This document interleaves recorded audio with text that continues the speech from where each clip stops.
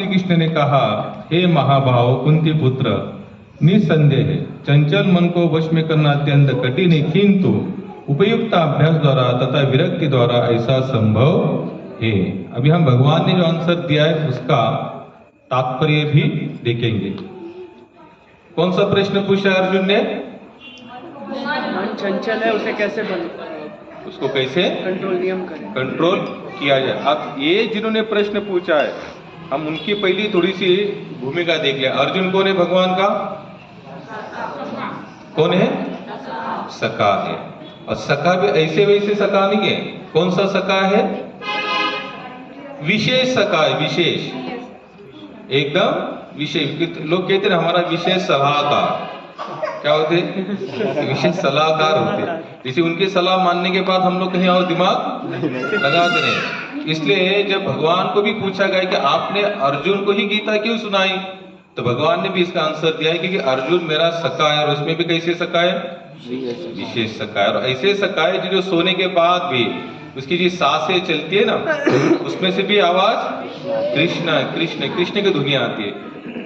ऐसा जीवात्मा या ऐसा व्यक्ति जो भगवान के साथ 24 घंटा रह रहा है या भगवान उसके स्मरण में 24 घंटा रह रहे हैं, ऐसे व्यक्ति का कौन सा प्रश्न भगवान से है कि मन इतना चंचल है, हे भगवान श्री कृष्ण, की इसको वश में करना वायु को भी वश में करने जैसा अत्यंत, यानी कि वो बता रहे कि एक बार वायु को भी वश में कर सकते हैं, लेकिन मन को वश में करना इतना आसान नहीं है। तो भगवान इसको विश्लेषणात्मक बता रहे कर सकते हैं, लेकिन कैसे?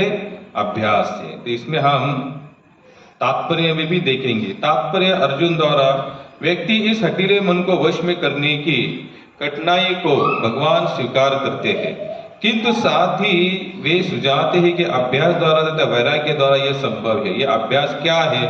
वर्तमान युग में तीर्थवास, परमात्मा का ध्यान, मन तथा इंद्रियों को निग्रह, ब्रह्मचर्य का पालन, एकांतवास आदि कठोर विधि विधानों का पालन कर पाना संभव नहीं है। भगवान ने यहाँ पर एक ऑब्जेक्शन भी, यानी कि एक हमको ऑप्शन भी दिए हुए हैं। कितने ऑप्शन दिए हैं? आप ब्रह्मचर्य का पालन करो, व्रत वैकल्य करो, एकांत में वास करो। जैसे महाराज संत तुकाराम महाराज कहते हैं, एने सुखे रुचे मिळो एकांताचा वास, नाही गुण दोष अंगायेत। क्या बता रहे?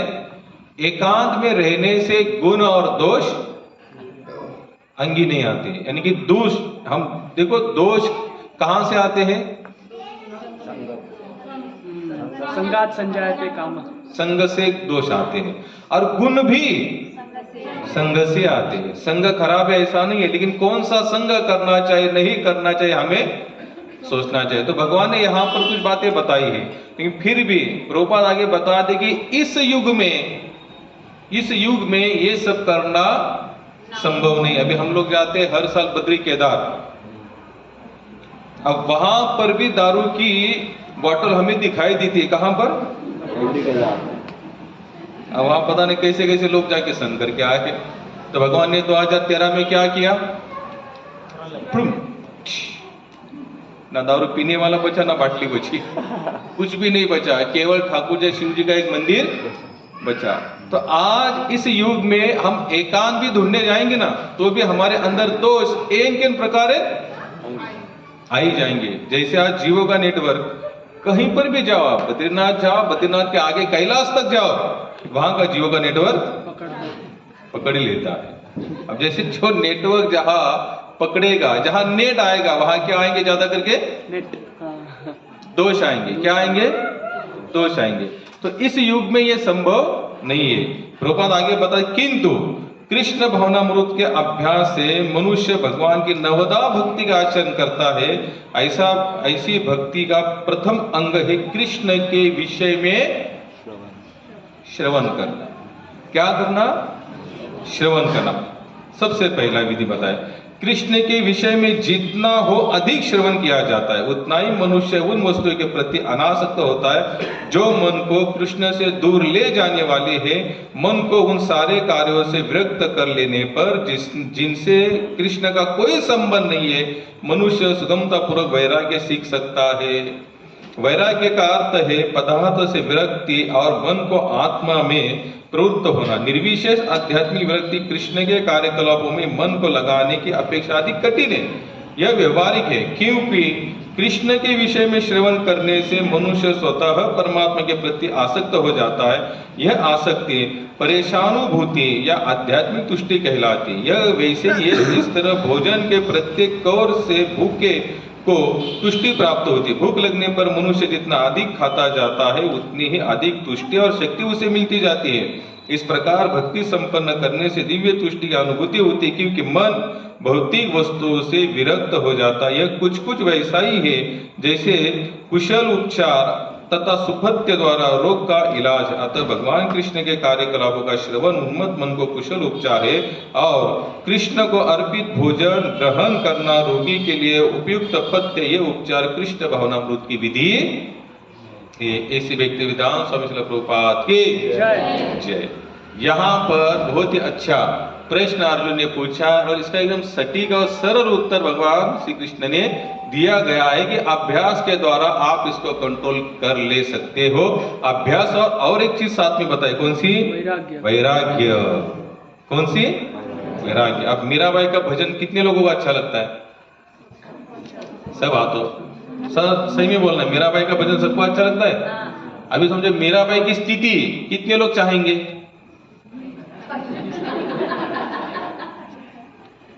मीराबाई की स्थिति कितने लोग चाहेंगे? तुकाराम महाराज अभी हम लोग ने अभंग पढ़ा, वो अभंग पढ़ना और उसके पीछे पीछे बोलना, सुर ताल लय के साथ गाना, सुनने के लिए अच्छा लगना, आंखें बंद होना, डुलना झुलना सब कुछ ठीक है, लेकिन वो स्थिति हम पर आए और तभी भी ये स्थिति बनी रहे, ये कितने लोगों को संभव है? हमारा वैराग्य मरकट है। हम लोगों को केवल सुर ताल लय यही चीजों में हमें आध्यात्मिकता नजर आती है। प्रैक्टिकली करना कोई नहीं चाहता, यहाँ पर करना कोई नहीं चाहता। तुकाराम महाराज यहां तक लोगों को कहते हैं कि मैं आपके पैर को छूता हूं, आप एक बार तो हरे कृष्ण महामंत्र बोलो। तुकाराम महाराज यहां तक बता दे कि आप कोई मेरा अगर मेरी स्तुति करता है तो मुझे ऐसा लग रहा है कि कोई मेरे शरीर के ऊपर विष्ठा फेंक रहा है। क्या फेंक रहा है? विष्ठा फेंक रहा है। और कोई जब अपमान करता है तब मुझे क्या होती है? तुष्टि प्राप्त होती है। चलो ठीक है, क्या हो रहा है? मुझे मेरी सच्चाई मुझे ये लोग क्या कर रहे हैं? दिखा रहे। अब ये बोलना आसान है, मैं भी व्यासपीठ पर बैठकर बोल सकता, लेकिन ये करना क्या है? तो हम लोग क्या कर रहे हैं कि जहां का तहां ही है। कैसे है? जैसे प्रभुपाद एग्जाम्पल, जैसे बरसात गिरती है ना, बरसात, मेंढक का आवाज कब शुरू होता है? बरसात में। यानी कि जो बरसाती मेंढक होते हैं ना, बस जैसे बरसात पहले हुई कि ड्राव ड्राव ड्राव शुरू, वैसे हम लोग सत्संग में वही 2-3 घंटे के लिए हम लोग सबका हाथ ऊपर, और बाद में कुछ नहीं ना। हमको वैराग्य चाहिए, मेरा भाई का भजन अच्छा लग रहा है, हम बरसाती मेंढक है। क्या है? बरसाती मेंढक। इतने बरसाते डरा क्या बात खत्म। सत्संग में गए 2-3 घंटा बैठे, अच्छा रहा, बस यहाँ से ज्यादा भी नहीं। सत्संग का केवल टॉपिक थोड़ा सा हट जाओ, थोड़ा सा टॉपिक हट के चले जाओ, देखो हमारी जैसी की स्थिति बन जाती है। तो इससे क्या मिलेगा? हमारा कभी मन कंट्रोल होगा? जिस अभ्यास के बारे में यहाँ पर बताया गया है, हम लोग कोई नहीं करना चाहते, कोई भी नहीं करना चाहते। इच्छा तो बहुत कुछ है, लेकिन एक्शन कोई लेना नहीं चाहता। भक्तिपाद जी बताते हैं जो बोलते हैं ना वो करते कम है, और जो बोलते कम है वो करते ज्यादा है। तो इसलिए करना क्या चाहिए? ज्यादा करके सबसे पहली विधि बताई कौन सी? श्रवण। जिसका श्रवण बढ़िया है, केवल श्रवण नहीं, श्रवण करने के बाद सेकंड क्या है टॉपिक आपका? कीर्तन। कीर्तन तो करना है, लेकिन जो श्रवण कर रहे उस पर तुरंत एक्शन करना है। श्रवण भी हो रहा है, मनन भी हो रहा है, स्मरण भी हो रहा है, हम कह भी रहे, बता भी रहे, हमारे अगर कोई उस टॉपिक को लेकर कोई बात भी कहता है तुरंत हमको टॉपिक याद भी आती है, लेकिन प्रैक्टिकली क्रिया हम लोग कोई भी करना नहीं चाहते। तो क्या आएगा? कुछ हाथ में कुछ लगेगा? बोलिए ना, नहीं लगेगा। मीराबाई का जीवन चरित्र देखते हैं। मीराबाई जब वो उसका जो पति था मर गया, तो मरने के बाद उसने क्या कहती है? जैसे लोगों ने कहा कि आप क्या करो, वैधव्य का स्वरूप अलग होता है, सुहागन का स्वरूप पूरा अलग होता है। आगे आपको क्या हुआ है? वैधव्य आया है, तो आप क्या करना है कि वैधव्य के रूप में रहो। तो उसने क्या कहा? ऐसे वर को क्यों वरु जो जन्मे और मर जाए, वर वरु गोपाल को मारी चुनरी अमर हो जाए। क्या कहा? मैं ऐसे वर के साथ मेरी शादी नहीं हुई है जो मरने और जीने वाला है, मेरी तो ऐसे वर के साथ शादी हो चुकी है जो हमेशा के लिए जीवित रहता है। ऐसी मेरी चुनरी जो होती है सुहागन की कैसी हो चुकी है? अमर हो जाए। अब यहां तक तो ठीक है, लेकिन अगर कोई समाज में जैसे मीराबाई नाचती थी, गाती थी, संतों के साथ उठक बैठक रहती थी, लोगों ने आरोप किए, प्रत्यारोप किए, फिर भी मीरा का प्रेम भगवान के प्रति कम नहीं हुआ, ना ही उसने समाज की तरफ कुछ अपना ध्यान केंद्रित किया। मीराबाई वैसी लगी रही जैसे पहली, लेकिन उसके ऊपर इतना भी कोई असर नहीं गिरा, ना समाज का ना जो घर वाले थे उनका। मीराबाई हमेशा कैसी रहती? मीरा हो गई मगन ऐसी भजन तो पाठ है हमारे, लेकिन हम नहीं चाहेंगे। अगर भगवान आकर कहे मैं तुमको मीरा बनाऊंगी, हम लोग बोले मीरा मीरा क्यों बना रहे? कुछ अलग से थोड़ा अपना छोटा मोटा घरदार चले वैसा कुछ अपना सेटअप अच्छा सा बिठा दो, बाकी तकलीफ वाला काम मत देना। हम लोग ऐसे क्या एकदम चालू लोग हैं, कैसे है? लेकिन हम लोग इतना तो समझ लीजिए कि हम जिसके साथ चालबाजी कर रहे हो कहां बैठा है? हृदय अर्जुन तिष्ठति, भगवान हमारे हृदय में विराजमान, तो चालबाजी कहां करेंगे, किससे करेंगे? इसलिए मुझे लगता है भगवान भी इसलिए कहते कि हे अर्जुन अपवाद, कोई बिरला ही मेरे इस तत्व को समझ सकता है, कोई भी नहीं जा सकता। चाहे संस्कार चैनल पर चाहे लाखों की भीड़ लोग जमा होते, आज हम संस्कार पर देखते हैं बड़े बड़े वक्ता आते, लाखों की भीड़ में लोग आते क्या, लेकिन उस लाखों की भीड़ में कोई एकाध ऐसा वक्ता श्रोता ऐसा होगा कि जो सचमुच चाहेगा कि मेरे ऊपर भी ज्ञानेश्वर महाराज की स्थिति आए, तुकाराम महाराज जैसी स्थिति आए, मीराबाई जैसी मेरी कंडीशन हो? कोई नहीं चाहेगा। क्योंकि हम लोग क्या मांगते हैं भगवान से? जो भगवान कहते हैं मत मांगो, हम लोग वही जाकर मांगते हैं। हम लोग उल्टा हट्ट करते हैं। हट्ट कौन सा करते हैं? उल्टा करते हैं। भगवान क्या कहते हैं मुझे पता है, शास्त्र क्या कहते हैं? भाई शास्त्र भी भगवान का साहित्य अवतार है ना, ये शास्त्र भी क्या है? भगवान का ही अवतार है, इसे साहित्य अवतार कहते हैं। कौन सा अवतार? साहित्य, यानी कि ग्रंथ के रूप में भगवान हमारे सामने प्रकट हो चुके हैं। तो इन्हीं ग्रंथों में भगवान यहाँ तक बताते हैं, या हमारे व्यासदेव जी ने या अनेक महात्मा ने जितने भी कुछ लेखन किया, सब एक ही बात लिखी है कि संसार कैसे है? दुखालय है। यहाँ पर रहने वाला, टिकने वाला, कंटिन्यू, यहाँ पर शाश्वत कुछ भी नहीं। लेकिन इतना पता होने के बावजूद भी इसको शाश्वत समझ कर ही हम माला भी फेरते हैं। हम माला भी क्यों फेरते हैं? कि ये अशाश्वत संसार हमें शाश्वत लगे। उल्टा गणित है हमारा पूरा। कैसे गणित है?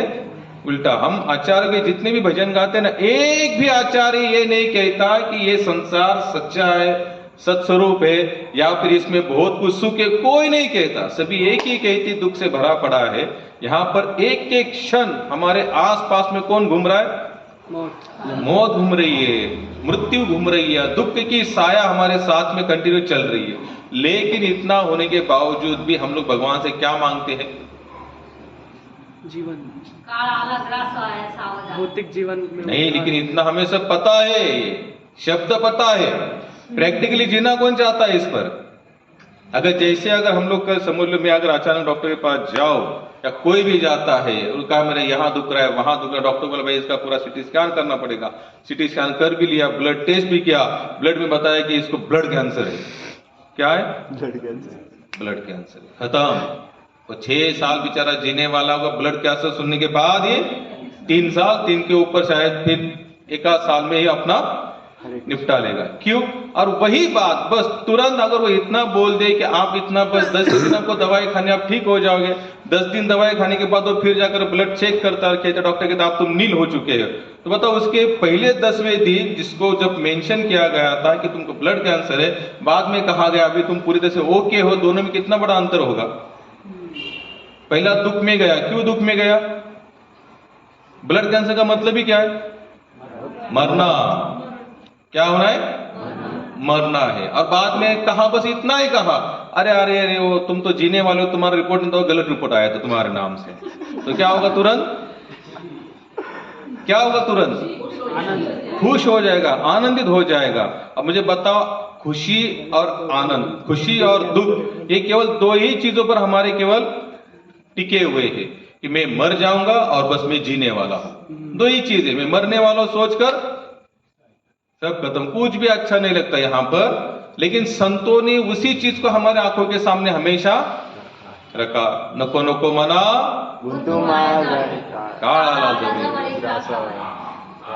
ये काल हमारे पास में आया हुआ है। कितने लोगों को लगता है काल पास में है? तो सभी वैरागी बैठे फिर लोग बंद कर दो भगवत गीता, पढ़ना ही क्या है इसमें। लेकिन अगर खिचड़ी में अगर नमक नहीं होगा ना तो मीठ आणले का हो, मीठा तिखटच नाही आज खिचडी काय, नुसती खिचडीच आहे आज। काळ जेव्हा जवळ येतो, जेव्हा हे कळतं ना, इंद्रियाला कुठेच रुची राहत नाही, राहील का? सका अगर सुबह के समय अगर डॉक्टर कहता है कि तुमको ये इस तरह भयानक बीमारी, अगर सुबह गुलाब जामुन खा के गया, इसने कह भी दिया है कि शाम के लिए 4 मेरे लिए बचा के रखो, और बीच में डॉक्टर ने शाम को 4 बजे कहा कि तुमको इतनी बड़ी बीमारी, तुम जीने वाले नहीं 6 महीने के, और वही वो सुबह के लोग कहेंगे आपकी सुबह के 4 गुलाब जामुन ला के दूं क्या, तो आप लोग क्या खाएंगे क्या? कोई भी हो, खाने में भी स्वाद नहीं आएगा। और खा भी ले तो भी स्वाद नहीं, खाएगा ही नहीं पहले बात। तो क्यों? और यहाँ पर हम लोग जब कहते हैं काल तो सबके हाथ ऊपर, और इसमें नमक नहीं है, फिर शुरू हो जाते। आसान नहीं है इतना। लेकिन यहाँ पर कृष्ण बता रहे, लेकिन हे अर्जुन, अभ्यास से वैराग्य की प्राप्ति होती है। किस चीज से होती है? अभ्यास से। अब अभ्यास बोले तो कौन सा अभ्यास आया अभी यहाँ पर? लेकिन आध्यात्म अभ्यास, लेकिन कौन सा अभ्यास? जैसे आज हम देखते हैं आस्था चैनल, संस्कार चैनल, साधना, जितने भी चैनल आते हैं, सब अपने अपने हिसाब से या अपने अपने अध्ययन के अनुसार क्या बता रहे? सभी अभ्यास बता रहे हैं, क्या आप ऐसा करो, आप ऐसा करो। बाबा रामदेव जी बता रहे सांस लो, छोड़ो, यहाँ से लो, यहाँ से छोड़ो, यहाँ से लो, यहाँ से छोड़ो। हर कोई अपने अपने हिसाब से बता रहा है। लेकिन क्या ये अभ्यास हो सकता है? अगर गीता का आधार लिया जाए, मैं किसी की निंदा नहीं कर रहा हूं, लेकिन गीता का आधार लिया जाए और भागवत का आधार लिया जाए, या फिर प्रामाणिक संतों का आधार लिया जाए, तो कौन सा अभ्यास उन्होंने कहा? नाम संकीर्तन साधन पैसों पे, जलतील पापे जन्मातराचे, न लगे सायस जायवना तारा, सुखे तो घरा नारायण। कितना अभ्यास सरल बताया। क्या करो? नाम का संकीर्तन करो, बस। क्या करो? केवल नाम का संकीर्तन। हरे कृष्णा कृष्णा कृष्णा हरे हरे, हरे राम हरे राम, राम राम हरे हरे। बोलो बोलो बोलो, हरे कृष्णा कृष्णा कृष्णा हरे हरे, हरे राम हरे राम, राम राम हरे हरे। हरे कृष्णा कृष्णा कृष्णा हरे हरे, हरे राम हरे राम, राम राम हरे हरे। हरे कृष्णा कृष्णा कृष्णा हरे हरे, हरे राम हरे राम, राम राम हरे। कौन सा अभ्यास होना चाहिए हमारा? नाम का, बस। इतना अभ्यास करो, फिर बाकी उस अभ्यास से लगकर आने वाली जो चीजें हैं ना, वो अपने आप आना शुरू हो जाएगी। लेकिन अटैचमेंट कहां पर होनी चाहिए? पहले हमारी भगवान के नाम के प्रति। जिस दिन नाम ना हो ना, आपका नाम सुबह का नेम से, आप लोग जितना भी नाम भजन करते हैं नेम से, जिस दिन ना हो पाए ना, तो उस दिन आपका मन ऐसा चल बिचल होना चाहिए। कैसे होना चाहिए? चल बिचल। जैसे कोई सीरियल नहीं देखते तो मन कैसा होता है? चल बिचल हो जाए। अभी मैं गांव में जाता हूँ तो देखता हूँ, हमारे यहाँ पर सीरियल का कोई इतना टॉपिक आता नहीं। जब गांव में जाता हूँ तो लोगों के इस घर में उस घर में आना जाना लगा रहता है। लोग कहते हैं रात को नहीं देखना, हम सुबह देखेंगे, दोपहर में, कल सुबह में। आजकल सीरियल की जो रात को आती है, सेकेंड डे सुबह भी आती है। और आज तो फिर नेट के माध्यम से, फोन के माध्यम से, तो आप जब चाहो तब चाहो एपिसोड देख सकते हो। बताओ कितनी अटैचमेंट है हमारे मन में इन सब भौतिक जितने भी चीजें, लेकिन उतना ही नाम के प्रति हमें प्रेम है। जिस दिन मैं सुबह मंगल आरती ना उठूं, सुबह का मेरा भजन 1 माला 2 माला जो भी नहीं होते हैं ना, तो उस दिन आपको घर से बाहर कदम रखने की भी इच्छा नहीं होगी। अगर आपके मन में नाम के प्रति प्रेम होगा तो एक भक्त का भी इतना विश्वास होता है, भक्त भी सोचता है आज मेरा भजन नहीं हुआ है तो मैं आज कोई भी शुभ कार्य में हाथ नहीं लगाऊंगा, क्योंकि मेरा आज भजन नहीं हुआ। भजन नहीं हुआ। इसे कहते हैं नाम के प्रति रुचि। इसलिए साधु संत क्या कहते हैं कि नाम लो तो नेम से ले और प्रेम से लो। प्रेम तो बाद में आएगा, पहला क्या आना चाहिए? नेम आना चाहिए। आज वृंदावन में एक महात्मा है, शायद आप लोगों ने देखे होंगे, हित प्रेमानंद महाराज करके, सुबह 2 बजे उठकर वृंदावन की परिक्रमा करते, 5 बजे सुबह के उनका सत्संग लगा रहता है। कितने बजे सत्संग शुरू होता है? 5 बजे। 5 बजे। और बैठने के लिए जगह नहीं होती। हम 6:30 बजे यहाँ आते, आने के बाद लगता है भगवान प्रार्थना करते, भगवान कुछ तो लोग आने दो, हमने इतना बड़ा भंडारा लाया है, इतनी बड़ी खिचड़ी लाई है, खाएगा कौन भगवान, लोगों को भेजो। मुझे ऐसी प्रार्थना करनी पड़ती है, लेकिन भगवान भी मेरी सुन लेता है। जैसे सत्संग खत्म हो जाता है पूरा हॉल भर जाता है। लेकिन 6:30 बजे भगवान का नाम कीर्तन और हरि की कथा सुनने के लिए हमें किसी के पास रुचि, ये दुर्भाग्य हमारा। क्या है? सबसे बड़ा दुर्भाग्य। हम सब कुछ देने के लिए तैयार है। प्रभुपाद कहते हैं मैं सब कुछ देना चाहता हूं, लेकिन आप थोड़ा सा समय दो मुझे। क्या करो? समय दो। हम समय पर कोई नहीं आते यहाँ पर।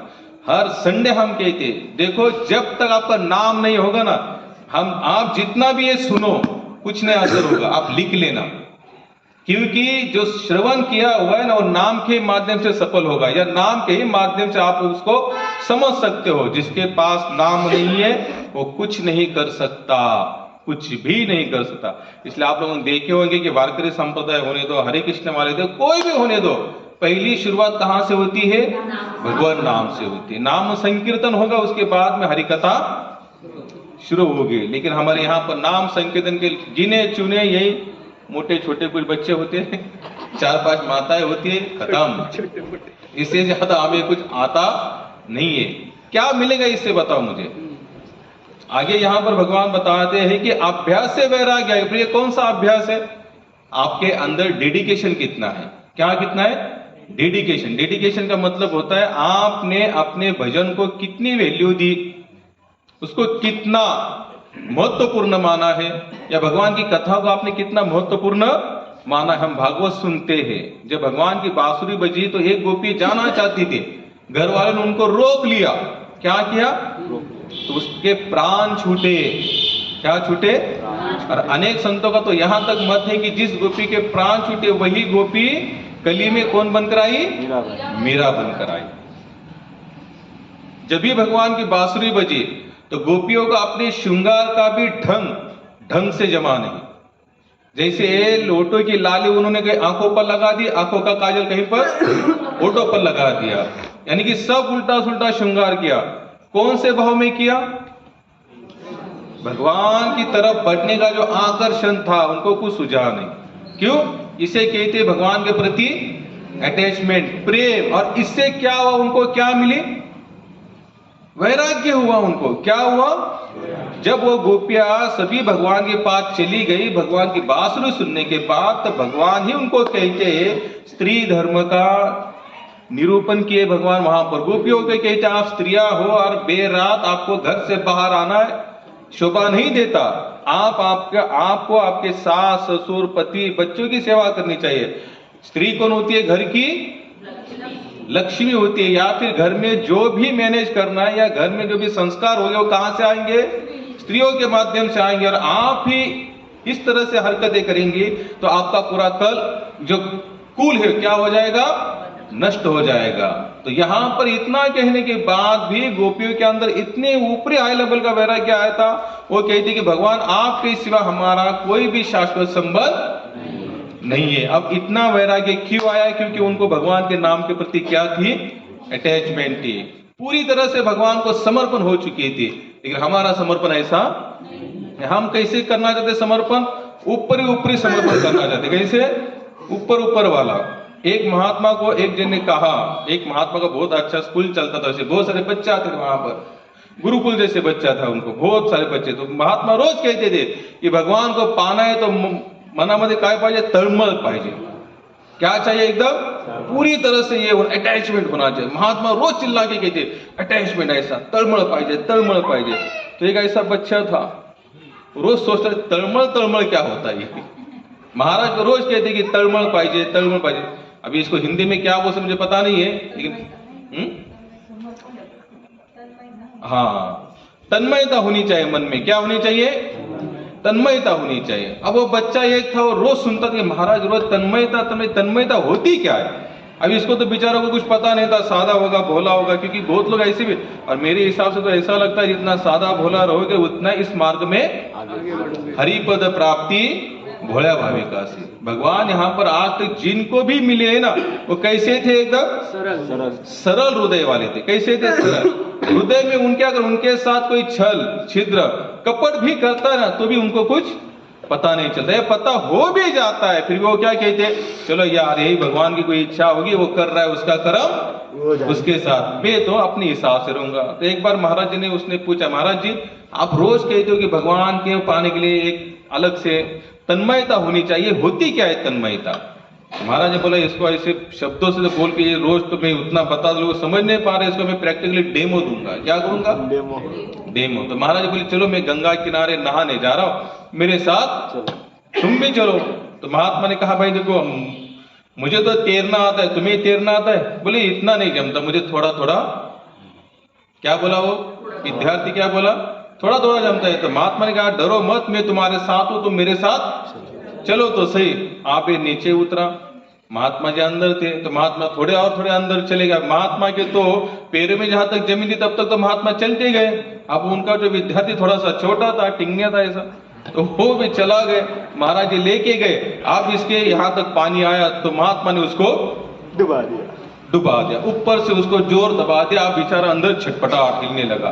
भाई पानी जब मुंह में नाक में पानी जाएगा तो क्या होगा? सांसें लेनी बंद हो जाएगी और उसका सांस ऊपर नीचे हो जाएगा। तो ये एक बार, दो बार, तीन बार ऐसे पूरी तरह से ये पूरा एकदम ये हो गया हक्का बक्का। तो महाराज जी ने बोले आप तुम बाहर जाके खड़े हो जाओ। बाहर आते आते इसने दो तीन शब्द बोले। महाराज बोले ऐसे कैसे हमारे स्वामी जी, मैं तो आज मरते मरते बच गया, पता नहीं उन्हें। कोई बात नहीं, उनको बाहर आएंगे तो उनको जरूर पूछूंगा कि महाराज आपने मेरे साथ ऐसा क्यों किया। जैसे महात्मा जी बाहर आए स्नान करके, विद्यार्थी ने पूछा कि स्वामी जी आपने ऐसा क्यों किया मेरे साथ? जब मैंने आपको बताया था कि मुझे तैरना नहीं आता तो आपने फिर मुझे डुबाने का क्यों प्रयास किया? तो बोले मैंने डुबाने का प्रयास नहीं, मुझे तुम्हें समझाने का प्रयास किया। बोले कोई इसमें से समझाना जो चाहते हो कौन सी बात है?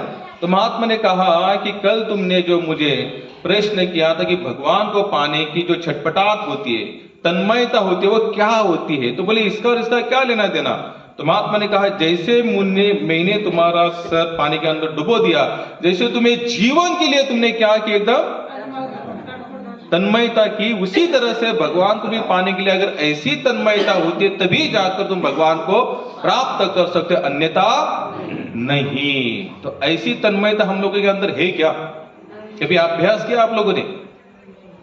अरे जिस दिन भगवान को भोग नहीं लगाया जाता ना, तो उस बंदे को लगता है आज मैं भी नहीं पाऊंगा। जिस दिन वो भगवान की सुबह की सेवा मंगलाती जो भी अगर नहीं होती तो उसका क्या होता है? एकदम से मन चल बिचल होता है। अगर हो रहा है तो समझ लेना कि हम लोग इस भक्ति मार्ग में पूरी तरह से कहीं ना कहीं थोड़ा बहुत आगे पीछे लगे हुए हैं, लेकिन हमें कुछ फर्क नहीं पड़ता।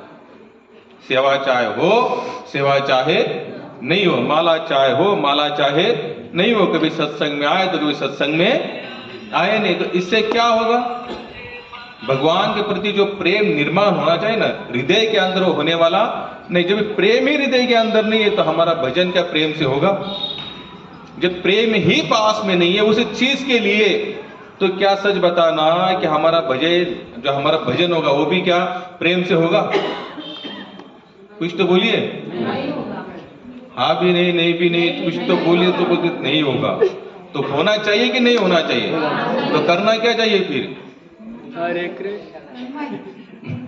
वो तो यही होता है बस, वो तो यही होता है। तो करना क्या चाहिए, सुबह से लेके शाम तक, मैं फिर आपको बता रहा हूं, आपका डेडिकेशन बनाइए आप। शीला भक्तिपाद जी थे, भक्तिपाद जी हमेशा कहते जिसके पास नेमावली पक्की है, कैसे नेम से चलो, भजन भी कैसे करो, नेम से। काफी लोग तो कहते हैं माला घुमाने से क्या होता है, अरे किसने कहा नहीं कुछ होता करके, पागल है क्या? इतने सारे महात्मा जो माला घुमा रहे थे, उनको काटा थे किसी ने, जो माला लेके बैठते थे? क्यों बैठते होंगे माला लेके? भाई वो माला इसलिए लेके बैठते थे क्योंकि वो क्या होते, नेम के अंदर बन जाते थे। क्या होते थे? नेम के अंदर बांध दिया जाता। जैसे हमारे इसमें दीक्षा होती है तो हम लोग क्या कहते, कितनी माला करनी है? 16 माला। 16 माला करनी है। तो 16 माला क्या होती है दीक्षा लेने का, हम लोग क्या होते हैं उसमें थोड़ा बन जाते हैं। तो मन में एक आशा आकांक्षा नहीं हो कि मुझे 16 माला करनी, मुझे 16 माला करनी, मुझे 16 माला करनी। अब 16 माला जिनकी करनी है उनका क्या होता है, बोलिए ना? जब माला बाकी रहेंगे हम लोग क्या कहेंगे कि प्रभु मेरी 8 ही माला हुई, 8 माला मेरी बाकी है, 8 माला बाकी। माला का स्मरण नहीं होता, मेरे कृष्ण नाम की माला 8 बाकी है। चिंतन किसका हुआ? भगवान का हुआ। तो इसीलिए हमें जो नेमावली भक्ति रसामृत सिंधु में वैदिक भक्ति करके जो पहली सिस्टम बताई, उस वैदिक भक्ति में क्या बताया, सब कुछ नेम ही नेम है। लोग कहते हैं भगवान थोड़ी ना ऐसे कहते, भगवान थोड़ी ना वैसे कहते। घर में सबके सिस्टम हम लोग क्या करते हैं, मैनेज करते हैं कि नहीं? बोलिए ना, हाँ या ना? करते हैं। पत्नी की, पति की, बच्चों की, क्या वहां लोग अपना नॉलेज नहीं झाड़ते हैं। नहीं, हमारे बच्चों को ना नहीं जमता, उसको तूप और घी या फिर रोटी के ऊपर उसके गरम गरम उसको रोटी ही लगती है। हमारी इनको ना खट्टा मीठा नहीं जमता, इनको तीखा ही लगता है। यहाँ सब कुछ मैनेज हो रहा है और भगवान के लिए नहीं। भगवान ने कहा ऐसा कहा है? गीता पढ़ो, भागवत पढ़ो, चेक करो कहाँ है, लेकिन हमको पढ़ना नहीं है, इसलिए भगवान का हमको मानना नहीं है। और कोई महात्मा कहता है तो बोलेंगे हाँ ये बहुत शान है, पता है हमको। ऐसा बोलने के लिए भी हम लोग तैयार है। नुकसान किसका है इसमें? भाई ना महाराज का नुकसान है ना भगवान का नुकसान है, जो नहीं मानेंगे उनका नुकसान है। और फिर अंत एक दिन आएगा जब प्राण निकलने की बारी आएगी तो हम लोग छटपटाएंगे। क्या होगा? तो उस समय आपको कुछ भी कंसेशन मिलने वाला नहीं है। आप बोलेंगे ना कि 2 दिन और बढ़ाओ, यमराज जी मैं अच्छा भजन करूंगा, अबे हट, महाराज बोल बोल के गए तब सुना तो हमारी बात क्या सुनेगा? कहाँ चलो? यमलोक चलो। तो हमारा सबसे ज्यादा क्या होना, भगवान से प्रेम, अटैचमेंट होना चाहिए। रैदास जी की कथा बताता हूं। रैदास जी जो थे, क्या उनका कौन सा ये था व्यापार था? चमार जी का था। चप्पलों को क्या करते थे, वो सिलाते थे।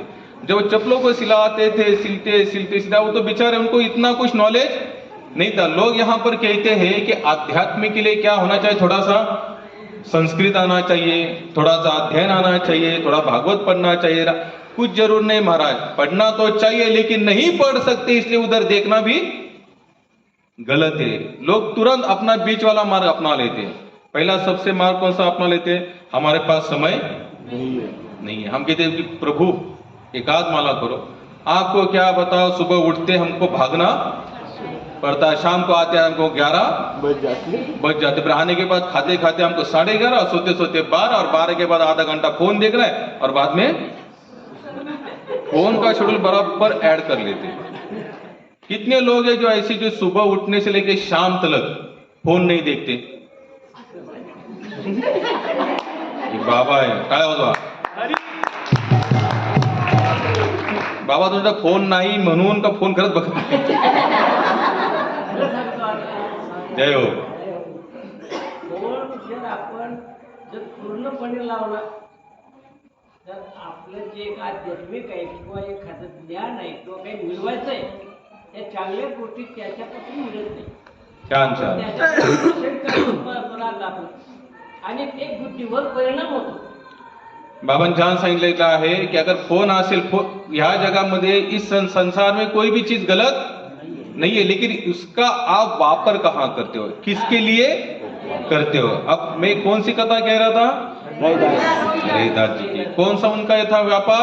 चप्पलों का था। अब ये बेचारे एकदम सादे भोले थे, इनको ज्यादा कुछ आता नहीं था, बस आना है बैठना है सुबह शाम बस। लेकिन लोगों के साथ क्या थे, वो प्रामाणिक थे। आप लोग देखना, उन्हीं लोगों को भगवान मिले, भले उनका व्यापार जैसे था तैसे। जैसे हम लोग देखते, एक था कौन सा, अधमरा था, अंगुलीमाल था, वाल्मीकि जी है, और कितने पता नहीं कितने सारे डकैतों की भी कथाएं आती है। लेकिन जिस दिन उनको पता चला ये गलत है, तुरंत उन्होंने उसको छोड़ दिया, और तुरंत पहले ही भेंट में या पहले ही संदर्भ में उन्होंने भगवान को पूरी तरह से समर्पण होने का प्रयास शुरू किया, और भगवान ने उनका समर्पण स्वीकार किया। रहीदास जी एकदम साधारण से थे, रोज उठना है, अपना व्यवसाय करना है, चलते रहना है। एक बार उनके ही गांव में ऐसी सत्संग हो रहा था। क्या हो रहा था? सत्संग हो रहा था।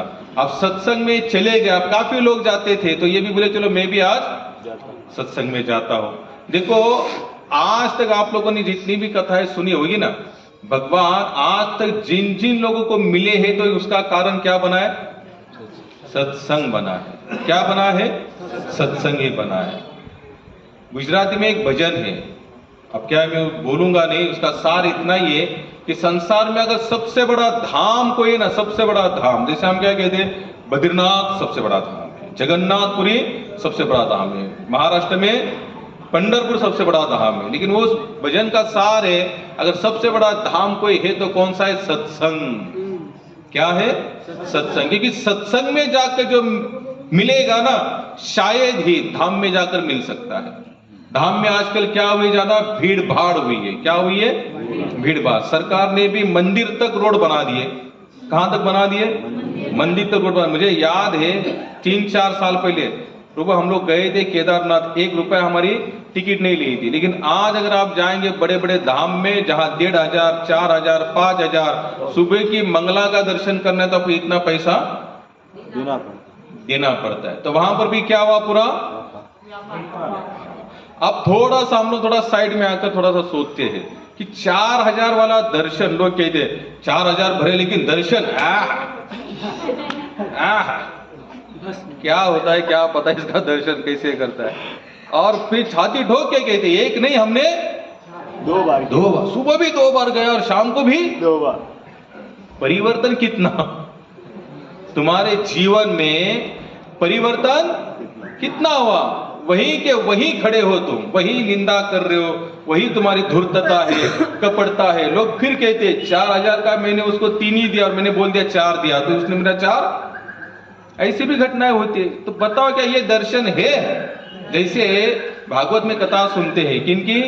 ध्रुव महाराज की। ध्रुव महाराज का दर्शन हुआ, दर्शन होने के बाद वो जिस टारगेट के लिए गए थे भगवान को पाने के लिए, भगवान को पाने के बाद जो मांगना था, क्या कहते? हे भगवान, मैं तो मांगने आया था कांच का टुकड़ा, लेकिन आप तो मुझे हीरा देने में सक्षम है। यानी कि मैं भौतिक कामना के कारण आपके पास आया, लेकिन आपका दर्शन होते ही मेरी सभी भौतिक कामनाएं नष्ट हो गई। अब जहां से भगवान का ही दर्शन जैसे अनमोल कहते, वहां अगर पैसे देने से दर्शन शुरू होता है, तो उस दर्शन का इफेक्ट हमारे जीवन में कुछ होगा? बिल्कुल नहीं होगा, बिल्कुल भी नहीं होगा। दर्शन का इफेक्ट कब होगा? जब हम पूरी तरह से भगवान को ही पाने के लिए भगवान के पास जाने का प्रयास करेंगे। हम लोग भगवान के पास जाते भी है तो अपना अहंकार, स्वार्थ, धनवत्ता, यानी कि जो हमारी श्रेष्ठ कला है, इनके माध्यम से भगवान को पाने का प्रयास करते हैं। अरे क्या हमारे पास केवल 0 कला है? हमारे पास क्या कला है? 0। प्रभुपाद हमेशा कहते थे, इस पूरी सृष्टि को देखने के बाद हमें इतना ही लगता है कि हम लोग क्या है? सब 0 है। क्या बना सकते मुझे बताइए हम लोग? प्रभुपाद हमेशा कहते हैं, घास का तिनका बनाने की भी सक्षमता हमारे अंदर नहीं है। संभव है? कोई कंपनी, कोई साइंस ऐसा कुछ है संसार में जो घास का एक तिनका बनाए? खून की बूंद नहीं बना सकते, खून नहीं बना सकते। मुझे बताए फिर भगवान के सामने हम लोग क्या है? कुछ भी तो नहीं है। बस इधर का थोड़ा इधर कर दे, इधर का थोड़ा इधर कर दे, और फिर अपना लेवल चिपका दिया और भगवान को कहां ढकल दिया? बैक साइड में ढकल दिया। ऐसे नहीं होता। तो रहीदास कैसे थे? हमारे एकदम सादे थे, सरल थे, सत्संग में चले गए। अब इनका तो पहले सत्संग में कभी जाते नहीं थे, लेकिन सत्संग में जाने के बाद इनको अच्छा लगा। अच्छे लोग ही सत्संग में आते हैं कंटिन्यू। कैसे आते? कंटिन्यू। फिर आप उसमें कोई टुटक फुटक, आप लोग ये मत सोचना हम लोग अच्छे नहीं है। कहने का मेरा मतलब है, जो चीज हमें अच्छी लगती बार बार हम वहां पर जाते हैं। जो देखो हम लोग जीवन में पता नहीं कितने सारे नए नए नियम और कायदा कानून बना लेते हैं। क्यों बना लेते?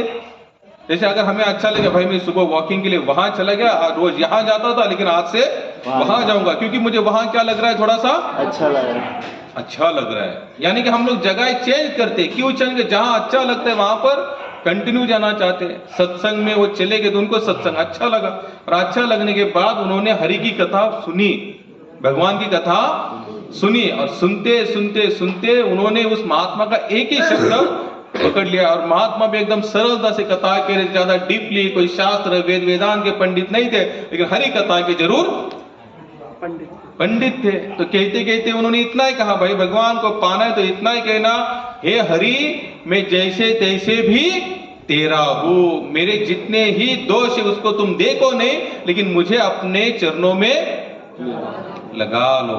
तो महात्मा ने कौन सा शब्द कहा? हे हरि मैं जैसा तैसा बस मैं तेरा हूं, इतना ही कहो। क्या कहा था महात्मा ने? कौन सा मूल मंत्र दिया भगवान को पाने का? हे हरि मैं जैसा भी हूं तैसा भी हूं, लेकिन तेरा हूं। तुम जैसे राम सुखदास स्वामी कहते, कौन सा? हे मेरे नाथ में आपको भूलू नहीं। हाँ, हे मेरे नाथ में आपको भूलू नहीं। राम सुखदास स्वामी का नाम सुने?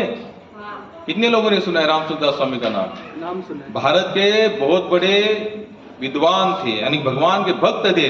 जैसे उनका भी मूल मंत्र, जैसे हमने जिनसे दीक्षा ली भक्तिपाद जी से, उनका मूल मंत्र क्या है? Thank you Krishna, thank you Krishna, thank you Krishna. हे कृष्णा आपने जो भी कुछ किया है, बोले मेरे अनुकूल हो चाहे, हालांकि अगर वो पक्का भक्त है तो वो प्रतिकूल तो बिल्कुल नहीं कहेगा कि इसमें मेरा कुछ भला है इसलिए मैं आपको धन्यवाद देना हूं। हमेशा कहते हे कृष्णा आपने जो स्थिति मेरे लिए लाई है उसके लिए मैं आपको क्या करता हूं? धन्यवाद देता हूं। सबके अपने अपने क्या है? अनुभव है। राम सुखदास स्वामी हे नाथ मैं आपको कभी भूलू नहीं। तो इस महात्मा ने तो कथा करते में करते करते कौन सी बात कही? हे हरि मैं जैसा भी हूं तैसा भी हूं, लेकिन मैं आपका हूं। तो उन्होंने इतने ही कहा कि बस भगवान को आप इतनी प्रार्थना करना, भगवान इसी में खुश हो जाएंगे। अब इन्होंने इतनी प्रार्थना की, रहीदास जी ने उतनी सुनी, अभी उनका रोज का शुरू हो गया। सुबह शाम उठते जागते चप्पल का व्यवसाय करते, चप्पल को सिलाते सिलाते उनका एक ही सोच है, क्या है? मुंह में एक ही शब्द है, कौन सा? हे हरि मैं जैसा भी हूं तैसा भी हूं तेरा। मुझे बताइए संसार में ये शब्द कहां कहां काम आएगा? कहीं नहीं काम आएगा। अगर पत्नी कहे पति मैं जैसी भी हूं तैसी भी हूं तुम्हारी हूं, जली हुई रोटी भी खा लो, जली सब्जी भी खा लो, कितने दिन खाएगा पति? अरे जैसी तैसी तेरी तो ऐसी तैसी, रोज जलाया खुला खिला दी। लेकिन भगवान चाहते, आप कथाएं देखना भक्तों की, जे कितने ऐसे भक्त हो चुके संसार में कि हम लोग इमेजिन भी नहीं कर सकते कि ऐसे ऐसी भक्तों की भगवान ने सेवा स्वीकार कर ली। कैसे? ऐसे ऐसे भक्तों की। एक छोटी सी कथा साइड में आकर कहता हूं। मदन मोहन करके मंदिर है वृंदावन में, सनातन गोस्वामी भगवान को भोग लगाते थे। कैसे पता है? आटा लेते थे, पानी डालते थे, बस ऐसा घोल करते थे, घोल घोल ऐसा, यानी कि आटा पूरी तरह से गुनना बिनना भी नहीं, केवल पानी डालना, जैसे लिक्विड कैसे करते हम लोग, शरबत जूस जैसा करते थे और भगवान को लगाते। और ठाकुर जी भी उसको प्रेम से स्वीकार कर लेते पाते थे। एक बार भगवान ने कहा कि अरे सनातन महाराज थोड़ा बनाते, थोड़ा सा जरा ढंग का आटा गूंदो, थोड़ा सा एक आध रोटी खिलाया करो, अब इतना घोलते तो हो, और थोड़ा सा समय ज्यादा दे दो, थोड़ा सा उसको आकार विकार सब दे दो। बोले कोई बात नहीं भगवान, आप मांग रहे हो तो मुझे देने में कुछ ऐतराज नहीं। उन्होंने रोटी बनाकर खिलाना शुरू कर दिया। फिर भगवान ने कहा अरे यार सूखी रोटी खिला रहे हो, थोड़ा घी भी, थोड़ा सब्जी, चटनी बिटनी शेंगदाने की। अभी महाराष्ट्र में जिसमें शेंगदाने की चटनी यूज करो, भगवान कुछ भी खा सकते, विठल नाथ अगर यहाँ खा सकते वो क्यों नहीं खा सकते? उन्हें कहा थोड़ी रोटी शुरू कर दी। तो वो कहते महाराज थोड़ी सब्जी। सनातन गोस्वामी के भाई बहुत आपके, आप बहुत लाड़की है मेरी, और मेरे पास इतना समय नहीं है, क्योंकि आपके इस चक्कर में मेरा भजन छूट रहा है, मैं आपको फिर से घोल कराना। और उन्होंने फिर से लगाना शुरू किया। अब घर में ऐसा सिस्टम कितने दिन चलेगा? कितने लोग हैं कि ऐसे नखरे एक दूसरे के हम लोग स्वीकार करेंगे? नहीं महाराज, संसार टिका ही केवल इस चीज पर है, जब तक भोग है तब तक संबंध है, भोग खत्म संबंध को लाभ। कि आप अपने माइंड में सेटअप कर लेना, केवल एक ही संबंध ऐसा जो शाश्वत है। कौन सा?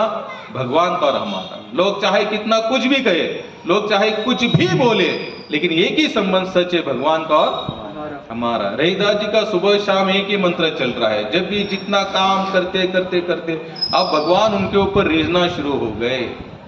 भगवान हम पर भी रिझ सकते हैं, लेकिन अगर उनकी जैसी भक्ति होगी तो अब रिश्ते रिश्ते रिश्ते। भगवान ने एक लीला रचाई। उसी गांव में कोई धनवान वैष्णव रहता था, कोई अच्छा भगत था, सदन था, बहुत सारा धन दौलत था। तो उसने क्या किया था, अपने घर में शालिग्राम जी को सोने के सिंहासन पर विराजमान किया था। कैसे? सोने के सिंहासन पर। ऐसे भी बहुत सारे धनवान भक्त हो चुके कि जिन्होंने अपने भगवान के लिए क्या क्या नहीं किया। भक्तिपाद जी ने भगवान के लिए पूरा सोने का अल्टर बनाया था। कैसे बनाया था? सोने का अल्टर। 300 किलो तो केवल अल्टर को सोना लगा। कितना? 300 किलो। अगर कभी सौभाग्य से बात कभी जाने का मौका मिला तो जाकर जरूर देखना। कहां पर है? New Vrindavan, West Virginia. West Virginia. आपको जाने के लिए 1-1.5 लाख पहले खर्चा करना पड़ेगा। यूएसए, वहां पर। तो ये भी एकदम सदन भगत था। तो इसके घर में चोरों को पता चला सदन है और बहुत सारे इसके पास धन दौलत। एक बार चोरों ने उसके घर पे डाका डाला और डाका डालने के बाद जितनी धन संपत्ति उसने लूट ली और शालिग्राम के सहित सोने का सिंहासन लेकर भागे। अब वो तो चोरी होते आखिर। तो चोरों ने देखा भाई ये तो सिंहासन तो सोने का है, लेकिन एक काला नीला पत्थर क्या है? बोले ये बोले हमारे तो किसी काम का ही नहीं, इसको रखकर हम लोग करेंगे क्या? तो ये लोग तो रास्ते से जा रहे थे और चोरों के पैरों में चप्पल नहीं थी। क्या नहीं थी? चप्पल नहीं थी। अब चोर के पास अलग से कोई धन भी नहीं था। तो उन्होंने वो रहीदास के पास गए और बोले भाई देखो तुम्हारे पास तो बहुत सारे चप्पल हमें नजर आ रहे, तो आप हमें चप्पल दे दो। और तुम्हारी जो आरी होती है ना, आरी जो चमार के पास जो आरी होती है, जो चमड़ा काटता है, आरी होती है ना धारदार। उन्होंने चोरों ने कहा कि तुम्हारी आरी को जो धार होती है ना कंटिन्यू बनाने के रखने के लिए हमारे पास एक पत्थर है। बोले उस पत्थर पर तुम क्या करना, आरी को घिसते रहना, जैसे तुम्हारी आरी की धार भी बनी रहेगी और पत्थर भी तुम्हारे काम में आएगा। तो रहीदास जी बोले ठीक है दे दो। तो चोरों ने कहा पत्थर देंगे लेकिन आपको हमें चप्पल देनी पड़ेगी। भक्त एकदम सादे सरल सिंपल होते, याद रखना, लेकिन चतुर भी होना जरूरी है। जैसे तुकाराम महाराज कहते हैं कि अमी जो लोनी होता है ना, लोनी मक्खन से भी मुलायम वैष्णव होते, लेकिन अगर समय पड़ा तो नाथड़ा माता हनु काठी। अगर समय अगर ऐसा कुछ आया अड़ा टेढ़ा तो हम भी काठी और लाठी लेने की आगे पीछे देखने वालों में से नहीं है। ये दोनों तरीके से भक्त होते, याद रखना। सिंपल सादे सरल सबको अच्छा, लेकिन खुन्नस वाले होंगे तो बोलेंगे महाराज आपको शोभा देता है क्या ये? अच्छा तुमको सब कुछ शोभा देता है, श्रोताओं को वक्ताओं को नहीं शोभा देगा? देना जरूरी है, क्योंकि जहां पर दबाना है वहां पर दबाना ही पड़ेगा, नहीं तो क्या हो जाएगा? कुछ भी फिर मंदिर भी धर्मशाला बन जाएगी। क्या बन जाएगी? धर्मशाला बन जाएगी। अब इन्होंने क्या किया? पत्थर उनको दे दिया और उनको उससे चप्पल ले ली। अब हमारे रहीदास जी को तो कुछ भी पता नहीं कि ये कौन है, साक्षात भगवान। अब इन्होंने जो सोच के लिया था वही काम शुरू कर दिया। रोज आरी उसके ऊपर घिसते थे, लेकिन घिसते घिसते एक ही मंत्र शुरू रहता था, हे हरि मैं जैसे भी हूं तैसे भी हूं, बस मैं तेरा हूं। अब ये करते करते काफी दिन बीतते गए, लेकिन हे हरि हरि हरि हरि हरि का चिंतन करते करते धीरे धीरे वही बात बोलते बोलते उनके आंखों से अश्रु आने लगे। क्या आने लगे? अश्रु आने लगे। उनकी भक्ति में क्या हुई? उन्नति हुई। आप लोग देखना कि आप लोगों में से अगर हम में से कभी भी अगर भगवान नाम लेते समय अश्रु ना आए तो समझ लेना अब तक हरि भजन शुरू नहीं हुआ। भक्तिपाद जी का हमारे पास एक फोटो है, महाराज ऐसे कीर्तन करते करते रो रहे हैं। क्या हो रहे? आंखों से अश्रु आ रहे उनके। ये कब संभव है? और यही अश्रु के लिए भगवान हमारे साथ आने और रहने के लिए तैयार होते। प्रभुपाद झूम मंदिर के लिए जब रोए ना, कथा आती है जब पूरी तरह से झूम मंदिर गिराया गया, प्रभुपाद आके रोए कि हे भगवान श्री कृष्ण आप क्या मुझे दिखाना चाहते हो, कौन सी लीला है? जैसे रोना शुरू हो गया तुरंत बाबा साहब ठाकरे ने 2-3 ट्रक बेचकर वहां का मंदिर बचा लिया। मैं आपको क्यों बता रहा हूं, जब तक आंखों से अश्रु नहीं आएंगे ना भगवान नाम लेते समय, तो समझ लेना अब तक हमारा भजन शुरू नहीं हुआ। आप रोने लगे, अष्टविकार भाव निर्माण होने लगे, तो क्या होता था? उनके अश्रु उस शालिग्राम पर जाकर गिरते थे और भगवान वही प्रेम भाव देखकर भगवान को भी आनंद हो रहा था, अब क्या कर रहे ऊपर से आरी घिस रहे, रोना भी शुरू हो रहा है और आंखों से अश्रु भी आ रहे। संयोगवश उनके वही दुकान पर एक ब्राह्मण देवता आए और आने के बाद उन्होंने कहा भाई मेरी चप्पल टूटी हुई, इसको तो सिला दो। अब उन्होंने देखा कि उन्होंने जैसे आरी लिए और घिसने लगे तो उन्होंने उस शालिग्राम पर चिन्ह अंकित देखे। जैसे शालिग्राम पर क्या होते, कुछ चिन्ह होते, सुदर्शन चक्र होगा या शंख का चक्र होगा, जो भी कुछ चिन्ह होते, उन्हें तुरंत देखा, अरे बाप रे ये तुम्हारे पास पत्थर और इस पर तुम आरी घिस रहे हो। बोले पागल हो, बोले तुम जानते हो ये क्या है? बोले क्या है? बोले ये साक्षात भगवान विष्णु का रूप है, इसे शालिग्राम कहते। बोले और आज तक तुम ऐसे ही करते थे। उन्होंने यहां तक देखा दोनों पैरों के बीच में रखकर वो क्या करते थे, आरी घिसते थे। हम भगवान के प्रेम का अंदाजा संसार के प्रेम के अनुसार बिल्कुल नहीं लगा सकते। भगवान का प्रेम पूरा अलौकिक है, अद्भुत है। और संसार में जो प्रेम है ना, प्रेम कुछ नहीं, यहाँ पर केवल क्या है, भोग और भोगी, इससे ज्यादा कुछ भी नहीं है। तो ब्राह्मण ने डांट के बोले तुम्हारे पास रखने के लायक नहीं। बोले तुम्हारी। महाराज एकदम शांति से सब कुछ सुना और उनको मन दुख भी हुआ कि जो भगवान के लिए जितने लोग तरसते हैं वो मेरे पास, और मैं क्या कर रहा हूं रोज उसके ऊपर आरी घिस रहा। ब्राह्मण देवता ने शालिग्राम को ले लिया और चले आए और आने के बाद उनका पंचाभिषेक किया, 56 भोग अर्पण किए, नए ड्रेस सिलवाए, अलग अलग उनके आभूषण पहनाए, सब कुछ हुआ। पूरा दिन जितनी सेवा कर सकते थे उन्होंने की और रात में ही भगवान शालिग्राम जी वैष्णव के रूप में जाकर ब्राह्मण देवताओं को कहते कि महाराज आपने बहुत अच्छी सेवा की, अच्छा लगा मुझे, लेकिन मेरी आपसे विनती है कि मैं जहां था वहां जाके रखूं। क्या कह रहे भगवान? मैं जहां था वहीं जाके रखना, क्योंकि मैं तुम्हारे पास, मुझे वो आनंद नहीं मिल रहा है। ठीक है तुमने किया हो, बढ़िया है। तो ब्राह्मण देवता भी भगवान से बातें कर रहे, वो कहते भगवान ये बताना कि उसके और मेरी सेवा में कितना अंतर है जमीन आसमान का, वो तो तुम्हारी इतनी सेवा भी नहीं करता और मैं तो पूरी तरह से शास्त्र के विधान के अनुसार आपकी क्या कर रहा हूं, सेवा कर रहा हूं, फिर आपको मेरी सेवा में कौन सी खोट नजर आती है? भगवान कहते भाई तुम्हारी सेवा बढ़िया है लेकिन मुझे वही अच्छा लग रहा है, तो मेरी आपसे विनती है मुझे आप मुझे कहां लेके जाके रखो? रहीदास के पास रखो। ब्राह्मण बोले भाई भगवान के सामने हमारी क्या चलेगी। दूसरे दिन ब्राह्मण देवता जग गए और वही लेकर फिर उनको दिया और देते समय उनको ये जरूर कहते हैं कि तुम अति सौभाग्यशाली हो कि जिस भगवान के मैंने इतनी प्रेम से सेवा की और तुम तो दोनों पैरों के बीच में उनको रखते हुए आरी घिसते हो। तो भगवान मुझे सपने में क्या कह रहे कि मैं तुम्हारे पास ही मुझे रहना है, मुझे यहां सबसे बड़ा आनंद आता है लेकिन मेरे पास नहीं है। तो ब्राह्मण ने इस तरह से उनको कहा कि तुम अति सौभाग्यशाली हो कि जो अनंत कोटि ब्रह्मांड नायक आपके चरणों में रहना चाहते हैं। नेम तो क्या है? भक्त भगवान के चरणों में रहना। जैसे नामदेव महाराज ने क्या कहा अंत समय में, क्या बना के रखो मुझे? आपके मंदिर की पायरी। बोले क्यों? बोले अनेक साधु संत आएंगे, उनके चरणों की रज का मुझे स्पर्श होगा। बोले आपकी तो पायरी नहीं बननी है लेकिन मुझे संतों के चरणों की रज मिले तो मुझे क्या करना? तो वो बता रहे थे सौभाग्यशाली। इतना कह के वो ब्राह्मण देवता तो चले गए। अब इनका भाव और बढ़ गया। क्या हुआ? और बढ़ गया। ये भगवान के साथ अभी तो बातें करने लगे, आप व्यापार सब तेल लगाने गया। वो भगवान को कह रहे कि हे भगवान, हे हरि, तुम उनके साथ रहने के लिए तैयार है, मेरे साथ रहने के लिए तैयार है, लेकिन इस रूप में तो मैं आपको जान पहचान नहीं सकता। जो मैंने रूप सुना है आपका, चतुर्भुजधारी हो, शंख चक्र गदा पद्म आपके हाथों में है, तो वो कुछ दर्शन मुझे मैं देखना चाहता हूं। मुझे इस रूप में भावी जागृत नहीं हो रहा है। आज भी अगर भगवान ये बात भी सुनते हैं, वृंदावन के राधा रमन जी का दर्शन किया आप लोगों ने कभी? कितने लोगों ने किया राधा रमन जी का दर्शन? कैसे दिखते हैं रमन जी? सुंदर।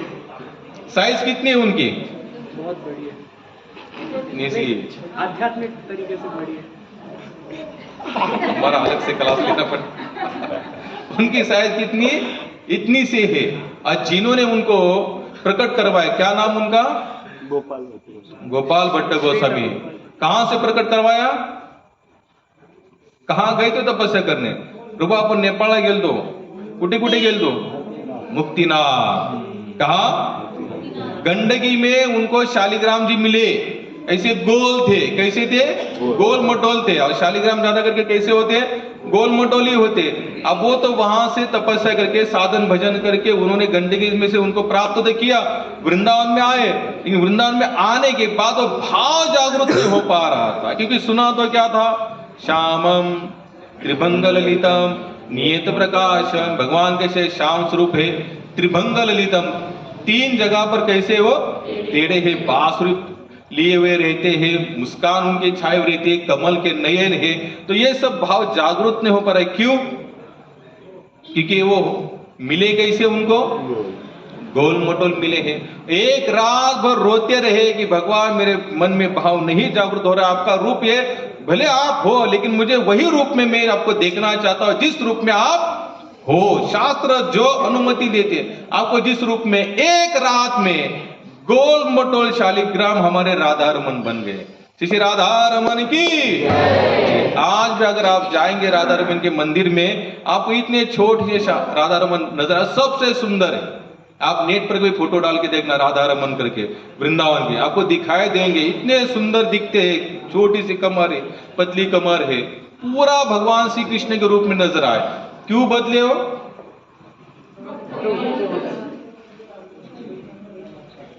हाँ, ये देखिए, जो गोल मटोल जो भगवान थे ना, वो ऐसे बने आज।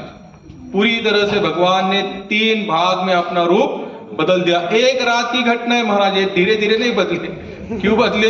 क्योंकि भक्त चाहता था कि भगवान मैं आपको उसी रूप में देखना चाहता हूं जिस रूप में आपका वर्णन मैंने सुना है। तो रहीदास जी भगवान को बोलने लगे, महाराज कि आप तो आए हो इस रूप में, तो मुझे अलग से दर्शन कब दोगे?